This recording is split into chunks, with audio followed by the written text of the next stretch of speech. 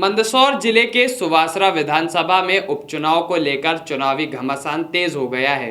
भाजपा, कांग्रेस और बहुजन समाज पार्टी के उम्मीदवार प्रचार प्रसार के लिए गांव-गांव जा रहे हैं। जहां एक और भाजपा के उम्मीदवार के रूप में मंत्री हरदीप सिंह डंग अपना दमखम लगाते हुए चुनावी मैदान में उतरे हैं, तो वहीं कांग्रेस ने राकेश पाटीदार के रूप में प्रत्याशी को खड़ा किया है। इस बार तीसरी पार्टी के रूप में बहुजन समाज पार्टी के शंकर लाल चौहान पर पार्टी ने भरोसा जताते हुए इस क्षेत्र के चुनावी मैदान में उतारा है।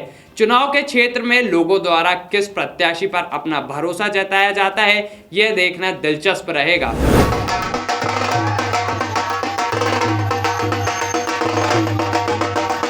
जनता पार्टी में लोकतंत्र की हत्या करके जिस तरह से सरकार बनाई है, आप सब लोग जानते हैं।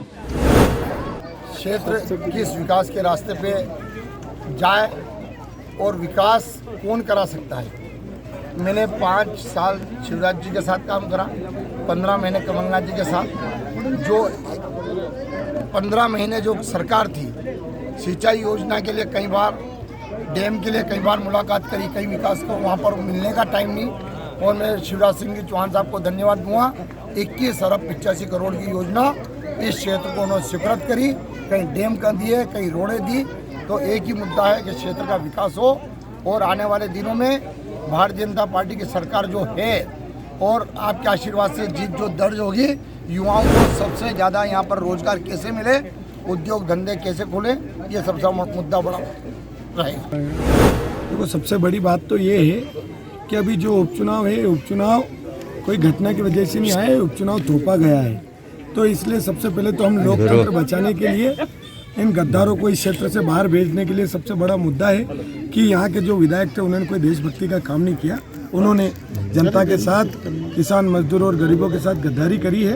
तो सबसे बड़ा मुद्दा तो हमारा है कि लोकतंत्र बचाना है हमको। इसलिए लोगों को जागरूक कर रहे हैं कि अगर जनता की चुनी हुई सरकार को अगर नोटों के बल पर और स्वार्थ सिद्धि के लिए गिराया जाता है तो ये हमारा सबसे बड़ा मुद्दा है। क्योंकि क्षेत्र का विकास तो कमलनाथ जी के नेतृत्व में लगातार हो रहा था। अभी 6 महीने से शिवराज सिंह चौहान की सरकार है और उसमें दूसरे दर्जे के मंत्री है, कैबिनेट मंत्री, पर इन्होंने इन 3 महीनों में इस क्षेत्र की सेवा के लिए कुछ भी नहीं किया। तो यह क्षेत्र की जनता पूर्ण रूप से जानती है कि कमलनाथ जी ने कर्ज माफी करी, मुआवजा दिया, बिजली के बिल हाफ किए, कन्यादान की राशि बढ़ाई, वृद्धा पेंशन बढ़ाई। उन्होंने उसके साथ साथ अनेक योजनाएं ऐसी थी, युवाओं को रोजगार देने के लिए उन्होंने अवसर पैदा कर दिए थे। अच्छा, इतने सारे मुद्दे हमारे पास है।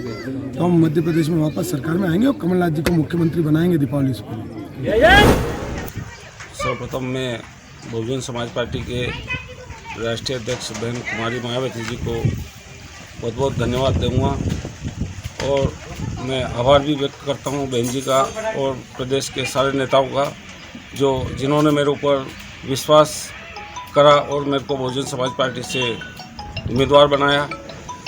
और मैं कोशिश करूंगा 101% की मैं जो प्रदेश के सारे बीएसपी के और बहन जी के आशीर्वाद जो दिया उसके ऊपर मैं खरा उतरने की कोशिश करूंगा। और हमारा मकसद है कि बहुजन समाज पार्टी के द्वारा देश के अंदर जो संविधान के आधार पर जो हक अधिकार मिलना चाहिए इस देश के अंदर बहुजन समाज के लोगों को, वो अभी तक जो है कांग्रेस बीजेपी के लोगों ने नहीं दिया। और देश के अंदर भयंकर तरीके से देश के अंदर हमेशा देश के लोगों के साथ में हो रही है।